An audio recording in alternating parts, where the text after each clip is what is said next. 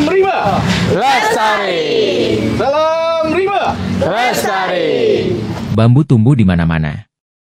Pramuka sangat akrab dengan tongkat bambu. Mari kita mengenal bambu secara lebih dekat. Ini menjadi pelajaran pertama dalam workshop jurnalistik yang digelar di Hutan Kota Munjul, Cipayung, Jakarta Timur.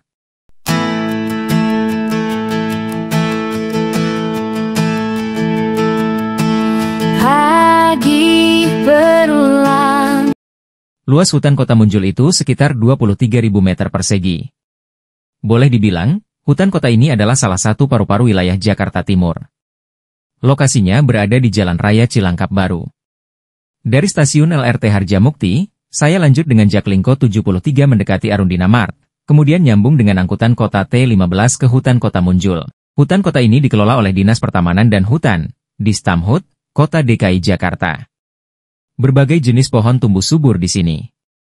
Antara lain, ada 16 jenis pohon bambu yang dilestarikan. Nah, sebagai bagian dari materi workshop jurnalistik, saya mengajak peserta mendekati rumpun bambu tersebut. Para peserta workshop jurnalistik ini adalah anggota Pramuka, perwakilan dari Saka Wana Bakti se-DKI Jakarta.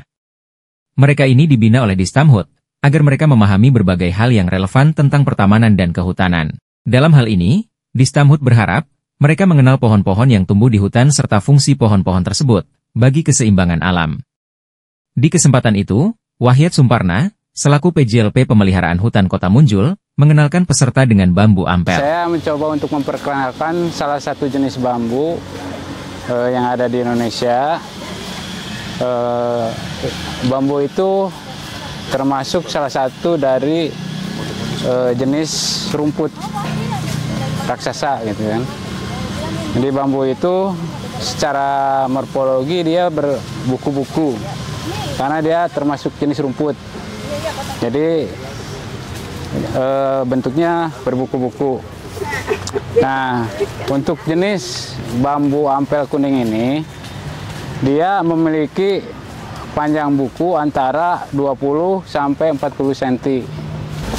Daun bambu ampel kuning itu berukuran antara 4 sampai 10 cm untuk yang bagian bawah, yang bagian atasnya bisa sampai 20 cm. Ketebalan batang bambu ini antara 0,7 sampai 1,2 mm. Jadi cukup tebal.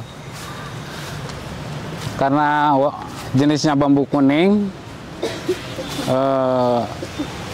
sebagai tanda bahwa dia itu jenisnya pohon ampel, bambu ampel, dia diwarnai dengan garis-garis kuning. Jadi kalau ada bambu kuning tanpa garis ini berarti bukan jenis bambu ampel gitu. Bambu ampel ini tersebar dari asalnya dari Asia Tenggara dan bisa tersebar sampai ke dataran Amerika, sampai Brazil. Karena dia jenisnya mudah tumbuh. Dari bambu ampel ini kita bisa mengambil berbagai jenis manfaat. Yang pertama buat konstruksi, buat produksi bubur kertas. Untuk rebungnya itu bisa dimanfaatkan untuk makanan. Ya. Ya. Ini rebungnya. Rebung.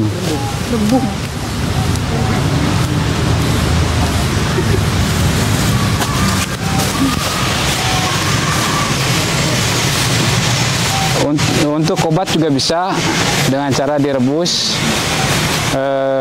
Itu untuk mengobati hepatitis, penyakit hepatitis. Ya. Pak, untuk yang direbus itu bongkol. Ininya rebungnya. Jadi ininya diambil, dicacah kecil-kecil, direbus, ntar airnya diminum.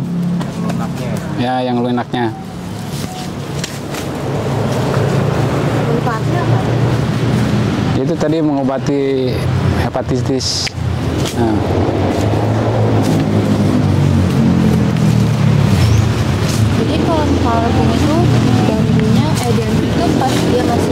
Masih kecil, masih debu. Kalau misalnya udah kayak gini berarti udah nggak bisa lagi. Nggak bisa. Ini kan udah keras. Itu apa yang itu? Itu udah keras itu. Oh, itu udah jadi bambu. Udah jadi bambu, bambu muda.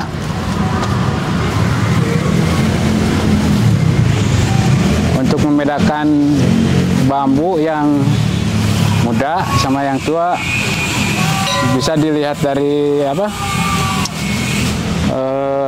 Jenis kulitnya kelihatan kan, udah ditumbuhin lumut, berarti dia posisinya udah lama tumbuh di situ. Sedangkan yang masih muda masih mengkilap kulitnya.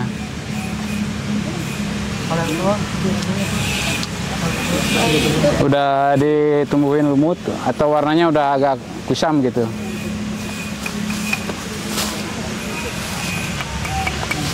Dari bunyinya juga berbeda. Jadi kalau dipukul dia apa ya, keredam gitu. Kalau yang ini nyaring. Pak itu kan tadi tingginya dari 20 sampai 40 cm. Ini panjang buku. Kalau dia tumbuh bisa sampai antara 10 sampai 20 meter. Berarti maksimal 20. Ya, maksimal 20. Terus habitatnya bisa dari 0 sampai 1.200 meter di atas permukaan laut. Nah itu, kalau udah dari 1.200 ke atas, itu pertumbuhannya mengerdil. Jadi yang biasanya diameternya maksimal ini kan 10 cm. Ntar kalau di dataran tinggi, itu pasti kurang gitu. Enggak, Bang, paling kecil diameter ini 4. Pasti kurang dari 4 cm. Tumbuh sih bisa tumbuh, tapi jadi mengerdil gitu.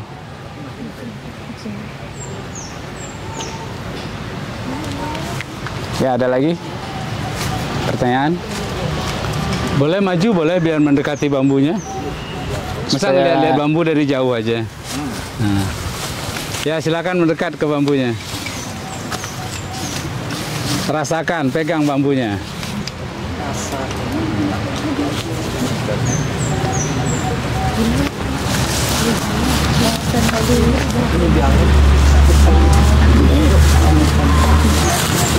Bapak mau nanya, bambu ini tuh bisa tumbuh di jenis tanah kayak apa aja ya? Apa aja?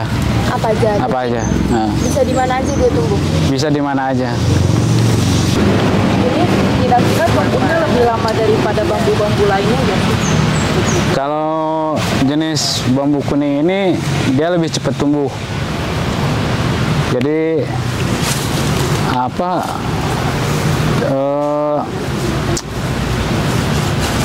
Serat atau ininya dia lebih cepat, asalkan kecukupan air untuk pertumbuhannya memadai gitu. Kelihatan kalau jenis yang lain, walaupun kita siram tiap hari gitu, itu akan ini. Sebenarnya batang rebung bambu itu setiap 1 hari itu dia bergerak hampir 10 cm sampai 50 cm. Kalau emang tanahnya cocok. Jadi sehari bisa 1 buku, sehari 1 buku, 1 buku gitu. Jadi dalam 8 bulan itu udah berbentuk pohon, udah tinggi gitu. Pohon bambu ini ditanam tahun 2020. Awalnya kita cuma nanam 1 batang. Nah, dalam 1 musim hujan itu rebungnya hampir 10 rebung per musim hujan. Karena rebung itu keluar kalau kandungan air memadai gitu. Kalau musim kering, bambu itu susah ngeluarin rebung. Artinya tumbuh individu baru itu kalau tumbuh secara alami itu setahun sekali. Kecuali kalau kita siram tiap hari gitu, Ya. itu bisa nggak nentu. Kadang sebulan, kadang 2 bulan dia keluar rebung. Jadi kalau kita melihat posisi bambu ampel ya Kang ya, Ya. bambu ampel ini itu rata-rata di kisaran berapa batang dalam satu rumpun, Kang? Kalau Rata-rata. jumlah maksimal Ya.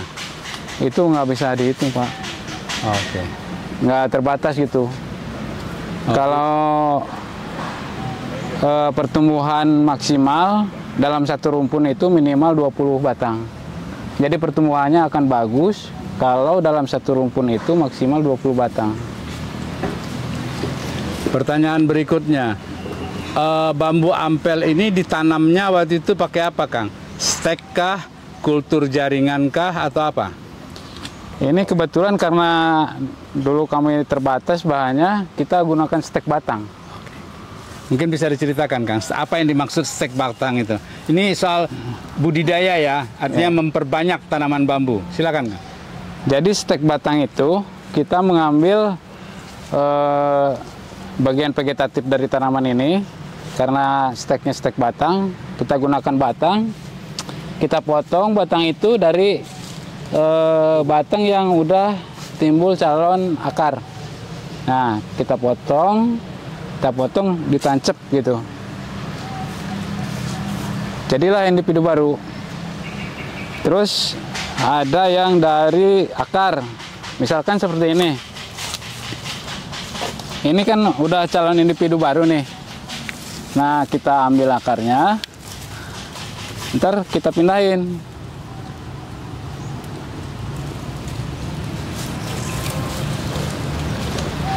Dengan syarat yaitu setelah kita tanam, suplai airnya mesti terpenuhi gitu. Bapak, aku mau nanya. Ya. Kan tadi kalau misalkan dia dari apa namanya rebungnya itu sekitar 8 bulan udah tumbuh jadi Ya. bambu. Kalau misalkan tadi dari stek batangnya itu dia kisaran berapa lama ya Pak? Waktunya apa sama? Enggak, itu lebih lama. Oh lebih lama. Lebih lama. Bagi stek. Jadi tahapan dari stek itu kan yang pertama tumbuh akar dulu. Itu kurang lebih 1 bulan dia tumbuh akar muda gitu kan. Nah, setelah tumbuh akar muda 2-3 bulan dia tumbuh tunas batang, bukan rebung, tunas batang dulu. Nah, ntar setelah 1 tahun dia muncul individu baru dari akar-akar ini. Nah, dari akar ini seperti ini tumbuh rebung seperti ini. Setelah setahun tuh ya? Ya, setelah setahun, Pak. Nah, kalau udah tumbuh individu baru, dalam 1 tahun itu bisa 10, jadi lebih cepat gitu. Karena akarnya udah kemana-mana, Pak. Kakak, terima kasih kakak, terima kasih kami ucapkan. Terima kasih kakak, terima kasih kakak, terima kasih kami ucapkan. Salam, salam, terimalah salam dari kami yang ingin maju bersama-sama. Terimalah salam dari kami yang ingin maju bersama-sama.